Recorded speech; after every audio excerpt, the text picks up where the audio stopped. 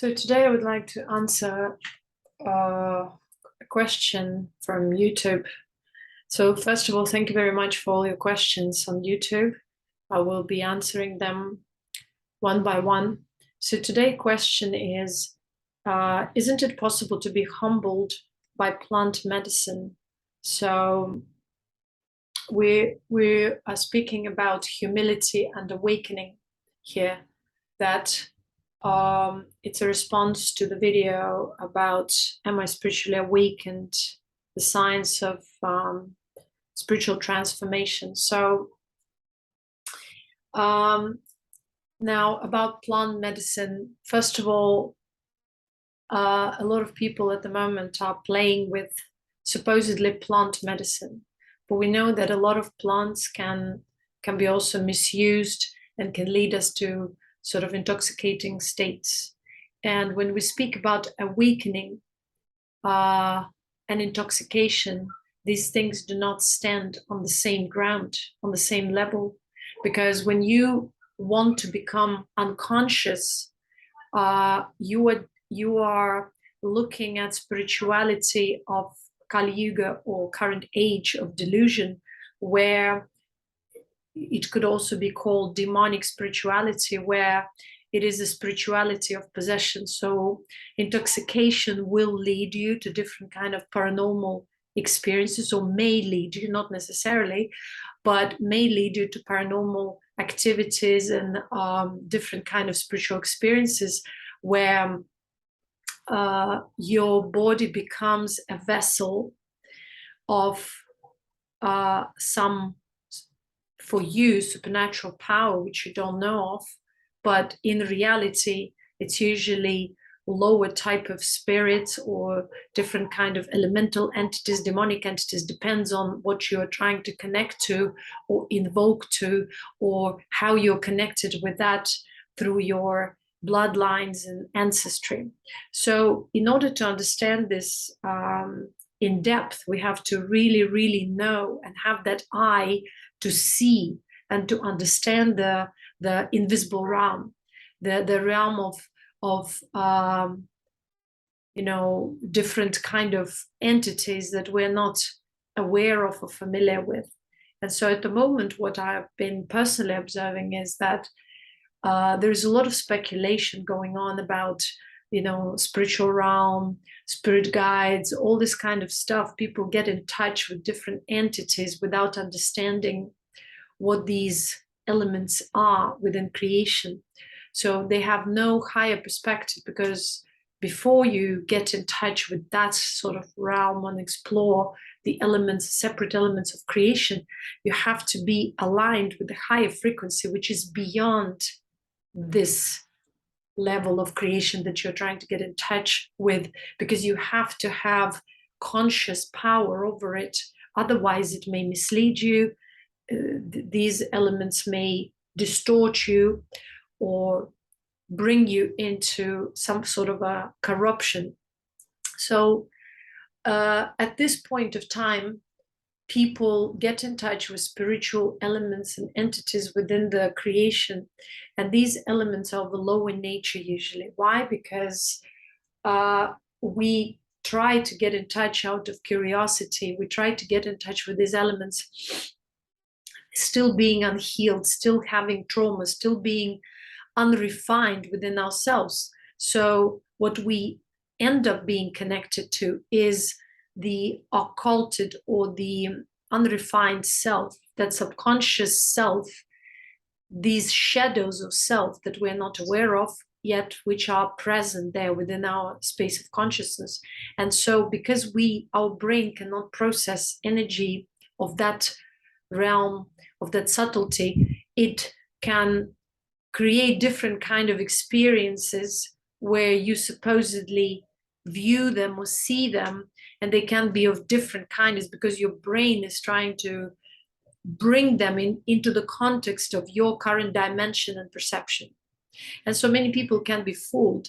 Now, people think that by taking ayahuasca or different kind of drugs or different kind of mushrooms or plant medicine, they're actually evolving spiritually, which in reality they're not, because intoxication can only lead to spiritual possession, where you are, as an entity, weak and unconscious, allowing some other spiritual entity of whatever lower realm or whatever realm to get in touch with you. But the only entity that can get in touch with you is that of the same frequency. So if you are emanating on an average level a lower frequency or frequency of distortion, your own corruption, unhealed trauma, that's the frequency that will be connecting to you.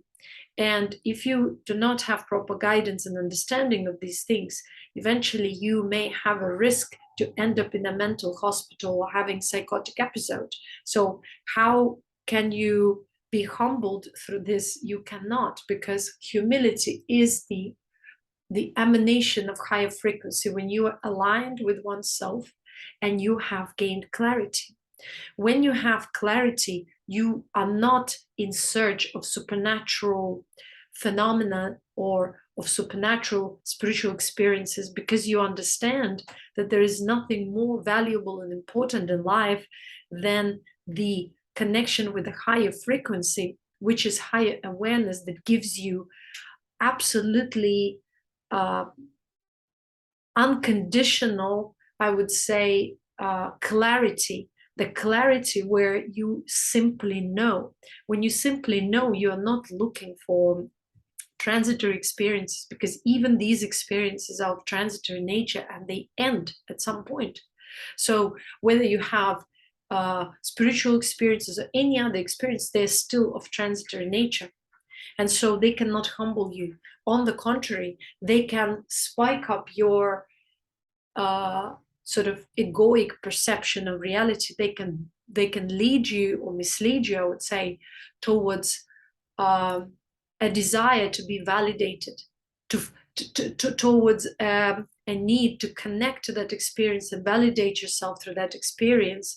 And so instead of humility, you will experience a feeling that I'm special, I'm the chosen one. Those who are truly special keep concealed themselves in that higher frequency, because that higher frequency is a frequency of a higher blessing, grace, and humility, which does not pull them. It's not a frequency of trauma, which needs validation, but it's a frequency that does not push them to connect with the projected reality for the sake of self-validation. And so they remain in that frequency and their knowledge expands through that frequency. But when we experience even certain states of unconditional love or humility through plants or through drugs or through whatever, it is still transitory because it comes in glimpses. And once it goes, you crave for it more. When you are truly in the frequency of humility, love, and clarity, which is one and the same frequency of unconditional being, first of all, you don't crave for anything. You don't look or seek validation. You don't look for validation. You don't look for this experience again and again. You don't get addicted to that experience, because the whole pool of addiction means that you're not that, but you've tasted something to which you connected, and now you validated yourself through it. It feels nice, and you keep on going back to it or wanting to go back to it. And the root of that is trauma. The root of that is not your contentment and deep alignment with the higher frequency that actually allows you to heal yourself and no longer crave for anything within the projected reality, yet enjoy anything in the projected reality. And when you have that depth and contentment and clarity, you are so in bliss within your own being that nothing can overpower that within the projected reality. That's why you just connect to the projected reality to the degree necessary in a healthy manner, not in an unhealthy, traumatic manner when it's just a traumatic emotional response. So most of the people go into this kind of quick fixes and quick spiritual experience situations with plant medicine, drugs, and what's not, is because they still come from trauma. They still don't know what true awakening is.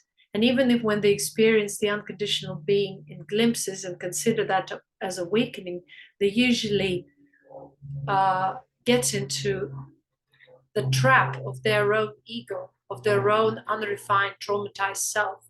Because to look at trauma, to heal oneself takes time, takes dedication, and is usually painful.